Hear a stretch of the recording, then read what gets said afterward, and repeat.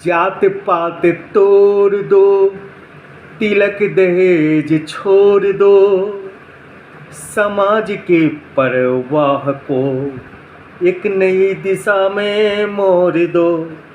जात पात तोड़ दो, तिलक दहेज छोड़ दो, समाज के प्रवाह को एक नई दिशा में मोड़ दो। आज हम बात करने जा रहे हैं उस महान स्वतंत्रता सेनानी जिसे हम लोग लोक नायक जेपी के नाम से भी पुकारते हैं। लोक नायक बनना आसान नहीं होता। लोक नायक बनने के लिए त्याग, समर्पण, जिजीविषा ये आवश्यक गुण होनी चाहिए और यह गुण जयप्रकाश नारायण जी में कोटि कोटि भरी हुई थी। कूट कूट कर आप देखोगे कि इन गुणों से परिपूर्ण थे जयप्रकाश नारायण श्रीवास्तव, जिनका जन्म 11 अक्टूबर 1902 ईस्वी को सिताब दियारा नामक गांव में हुई थी। सिताब दियारा जो आज यूपी के बलिया जिले का एक हिस्सा है, लेकिन पूर्व में ये सारण जिला का हिस्सा हुआ करता था। बिहार के सिताब दियारा की बात हो रही है। तो जयप्रकाश नारायण जी की स्टोरी आपको और हमको क्यों जानना आवश्यक है? क्योंकि जयप्रकाश नारायण जी वह व्यक्ति थे जिन्होंने राष्ट्रपति और प्रधानमंत्री जैसे अहम पदों को ठुकराया और लोक नीति को राजनीति पे ज़्यादा तरजीह दी। आप याद कीजिए 1902 में यह महापुरुष जन्म लेते हैं। 1911 ईस्वी में 9 वर्ष की उम्र में पढ़ाई के लिए पटना पहुंचते हैं और जब वो बाल्यावस्था में थे, छात्र जीवन में, तो उन्होंने राजेंद्र प्रसाद और अनुग्रह नारायण सिंह के द्वारा स्थापित संगठन विद्या विहार की सदस्यता भी प्राप्त कर ली। विद्या विहार के माध्यम से वो देश के स्वतंत्रता सेनानियों के करीब आते चले गए और कहते हैं कि 1920 ईस्वी में जब उनकी उम्र 18 वर्ष थी, उन्होंने 14 वर्षीय कन्या प्रभावती देवी से विवाह किया। 1920 ईस्वी में असहयोग आंदोलन के वो हिस्सा भी थे और 1922 ईस्वी में उच्च स्तरीय पढ़ाई पढ़ने के लिए जयप्रकाश नारायण जी कैलिफोर्निया चले जाते हैं, यूएसए में, और 1922 से लेकर के 1928 ईस्वी तक कंप्लीट रूप से समाजशास्त्र में उन्होंने उच्च स्तरीय अध्ययन पूरा किया। आप कैलिफोर्निया विश्वविद्यालय, बैरिसेली विश्वविद्यालय, कई सारे विश्वविद्यालयों से उन्होंने उच्च स्तरीय शिक्षण प्राप्त की। जयप्रकाश नारायण जी 1929 ईस्वी में जब भारत वापस आते हैं तो 1929 ईस्वी में उन्होंने कांग्रेस पार्टी को ज्वाइन की और उनके सहयोगियों में युवा तुर्क सुभाष चंद्र बोस भी थे और आपके जवाहरलाल नेहरू जी भी थे। कहते हैं कि जयप्रकाश नारायण जी मार्क्सवाद के विचारों से प्रभावित थे और समाजवाद को ही समाज का सबसे उपयुक्त व्यवस्था मानते थे और इस कारण से समाजवाद से प्रेरित होने के कारण वह समाजवादी विचारधारा को प्रश्रय देने का प्रयास करते, जिनमें उनको समर्थन मिलता सुभाष चंद्र बोस की और जवाहरलाल नेहरू की। 1930 ईस्वी से 1932 ईस्वी तक भारत में सविनय अवज्ञा आंदोलन प्रारंभ हो चुका था और कहते 1930 में जो प्रारंभ हुई थी आंदोलन वो 1932 ईस्वी तक चलता रहा था और इस दौरान जयप्रकाश नारायण भी इस आंदोलन से जुड़ करके देश की स्वतंत्रता के लिए एक अहम किरदार निभा रहे थे। 1932 ईस्वी में उनकी गिरफ्तारी मद्रास में होती है और उन्हें नासिक जेल भेज दी जाती। नासिक जेल में ही जेपी की पहली मुलाकात अच्युत पटवर्धन से, मीनू मसानी से, राम मनोहर लोहिया जी जैसे दिग्गज नेताओं से होती है और समाजवादी कांग्रेस पार्टी की स्थापना की नींव भी जेल में इन नेताओं के साथ मिलने के उपरांत हो जाती है। 1934 ईस्वी में कांग्रेस सोशलिस्ट पार्टी का गठन जयप्रकाश नारायण के द्वारा की जाती है और इस संगठन की स्थापना में मीनू मसानी और आचार्य नरेंद्र देव जैसे लोगों की भी विशेष भूमिका आप देखते हैं। 17 मई 1934 ईस्वी को पटना के अंजुमन इस्लामिया हॉल में इसकी पहली बैठक होती है, जिसमें बहुत सारे नेताओं को सम्मिलित होते हुए आप देखेंगे। आप इस बात को याद रखिए, 1934 ईस्वी में 17 मई स्थापना दिवस मानी जानी चाहिए कांग्रेस सोशलिस्ट पार्टी की। आपके आचार्य नरेंद्र देव इसके अध्यक्ष घोषित होते हैं, जयप्रकाश नारायण इसके सचिव घोषित होते हैं, मीनू मसानी इसके संयुक्त सचिव घोषित होते हैं। आप राम वृक्ष बेनुपुरी का नाम जानते हैं, जिन्होंने जयप्रकाश नारायण जी की ऑटोबायोग्राफी भी लिखा है। आप देखेंगे तो आपको याद होनी चाहिए कि ये सारे लोग जो है आपके कांग्रेस सोशलिस्ट पार्टी के सदस्य के रूप में काम करना प्रारंभ करते हैं। बाद में 1939 ईस्वी में जब द्वितीय विश्व युद्ध प्रारंभ हो जाता है, उस दौरान भी अंग्रेजी सरकार के खिलाफ जयप्रकाश नारायण जो है सख्त रवैया अपनाते हैं और टाटा जो इंडस्ट्री है, टाटा टिस्को, वहाँ के मज़दूरों को ले करके वह मज़दूर आंदोलन प्रारंभ करते हैं, जिसके कारण से इनकी गिरफ्तारी होती है। आप इस बात को जानते होंगे कि इनको मुंबई जेल भेजा जाता है, आर्थर जेल, बाद में दिल्ली भेजी जाती है और दिल्ली से पुनः इन्हें हजारीबाग जेल में शिफ्ट कर दिया जाता। याद होनी चाहिए 9 अक्टूबर 1942 का वह दिन जब लोग दीपावली मना रहे थे। दीपावली के पटाखों की आवाज़ से हजारीबाग जेल के आसपास के क्षेत्र गुंजित हो रहा था।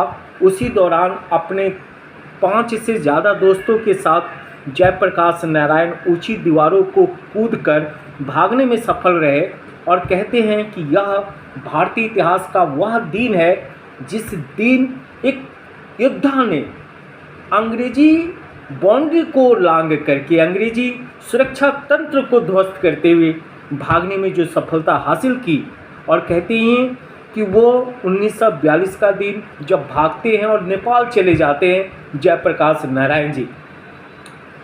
आप इस बात को जानते होंगे कि जयप्रकाश नारायण न केवल अहिंसक आंदोलनों के समर्थक थे, बल्कि वो सशस्त्र आंदोलन में भी विश्वास रखते थे और इस कारण से आंदोलनकारियों के द्वारा शस्त्रों का जो प्रयोग की जाती थी उसके समर्थक के रूप में जयप्रकाश नारायण जी कई बातों को किया करते थे। आप देखोगे कि नेपाल में उन्होंने प्रशिक्षित किया आज़ाद दस्ते के उन सदस्यों को जो हथियार चलाना सीखना चाहते थे। 1942 ईस्वी में आज़ाद दस्ते की गठन कहाँ होती है तो नेपाल में होती है और उसी आज़ाद दस्ते के माध्यम से वो कई सारे उन कार्यों को संपादित करते हैं जो देश की स्वतंत्रता के लिए महत्वपूर्ण थी। आप जानते हैं कि 1942 ईस्वी में ऑपरेशन जीरो आवर के माध्यम से जब समस्त कांग्रेसी महत्वपूर्ण नेताओं की गिरफ्तारी हो चुकी थी, तब राम मनोहर लोहिया, अच्युत पटवर्धन, उषा मेहता और जयप्रकाश नारायण जैसे नेतागण भूमिगत रह करके 1942 ईस्वी के भारत 1942 ईस्वी के आप देखोगे कि भारत छोड़ो आंदोलन के समर्थन में प्रयास कर रहे थे। 1943 ईस्वी में पंजाब में जब ट्रेन के अंदर बैठे हुए थे, कहते चलती हुई ट्रेन से गिरफ्तार कर लिया गया। किसको तो जयप्रकाश नारायण जी को 1943 ईस्वी में गिरफ्तार करके पहले पंजाब जेल में रखी जाती और फिर उन्हें भेज दिया जाता आगरा जेल यूपी में 1945 में। आगरा जेल में कैद थे। देश की स्वतंत्रता का वक्त नज़दीक आ चुका था।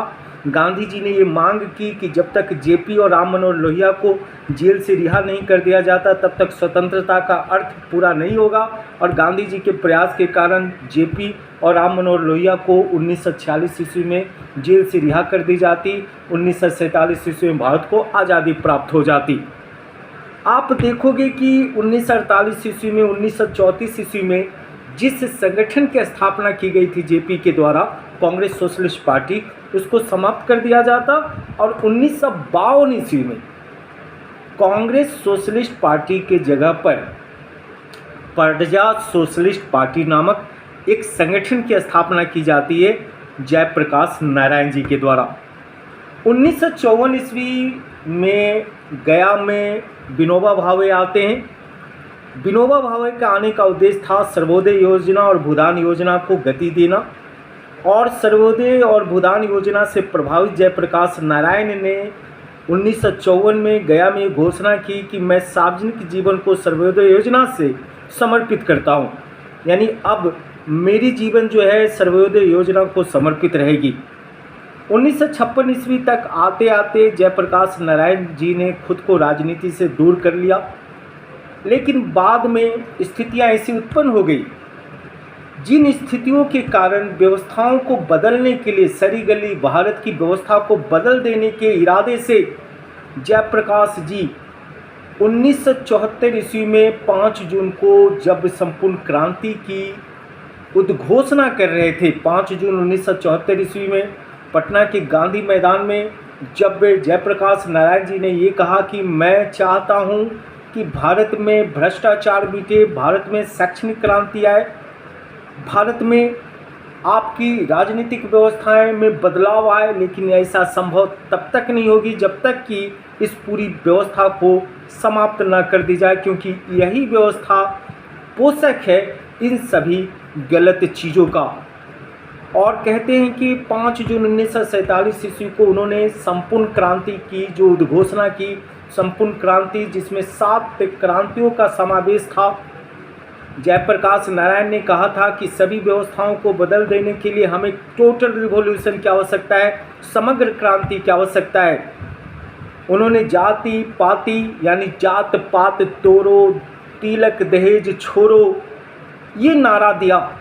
उन्होंने कहा कि हमें राजनीतिक क्रांति चाहिए, हमें सामाजिक क्रांति चाहिए, हमें आर्थिक क्रांति चाहिए, हमें सांस्कृतिक क्रांति चाहिए, हमें आध्यात्मिक क्रांति चाहिए, हमें बौद्धिक क्रांति चाहिए, हमें शैक्षणिक क्रांति चाहिए। इन 7 क्रांतियों को एक साथ जब हम एक ताकत के रूप में हासिल करेंगे तो यही होगी संपूर्ण क्रांति, जिस संपूर्ण क्रांति से हम संपूर्ण भारत की ध्वस्त व्यवस्थाओं को और ध्वस्त कर देंगे और उसके जगह पर एक नई बुलंद भारत की तस्वीर उभर के आएगी। कहते हैं कि जो टोटल रिवॉल्यूशन का बीजारोपण 5 जून 1974 ईस्वी को जयप्रकाश नारायण जी ने किया, उसकी परिणाम, उसकी तपिश इतनी ज़्यादा थी कि कांग्रेस धुआं हो जाता है, कांग्रेस की सरकार पूर्णतः समाप्त हो जाती। 1977 के चुनाव में जनता पार्टी बहुमत प्राप्त करती है। जयप्रकाश नारायण जी के सामने प्रधानमंत्री और राष्ट्रपति जैसे पद के ऑफर आते हैं, लेकिन कहते हैं ना कि लोगों का नायक राजनीति के पद का भूखा नहीं हो सकता। आखिर कोई जयप्रकाश नारायण ही लोक नायक बन सकता है। और नायक बनने के लिए उन्होंने पदों की जगह उन्होंने कहा हमें लोक नीति पर चलनी है, राजनीति पर नहीं। राजनीति हमारे लिए लोक नीति है, लोगों का कल्याण, लोगों का उत्थान, लोगों की। और कहते हैं कि 1977 ईस्वी में आने वाले प्रत्येक पद को उन्होंने बड़ी शालीनता के साथ ठुकरा करके ये साबित कर दी कि भारतीय इतिहास उन अमर स्वतंत्रता सेनानियों का है जिसने अपने इस मुल्क के लिए वो सब समर्पण, त्याग और संकल्प को दिखलाया है, जिसके बदौलत आज बुलंद भारत की आधारशिला रखी गई है। आप याद करेंगे 1977 के बाद उनकी मृत्यु 8 अक्टूबर 1979 ईस्वी में 76 वर्ष की उम्र में हो जाती है। आप इस बात को भी जानते हैं, पूरा भारत उनकी मृत्यु के बाद शोकाकुल हो जाता है। 1979 ईस्वी में 1979 में भारत के प्रधानमंत्री चौधरी चरण सिंह थे।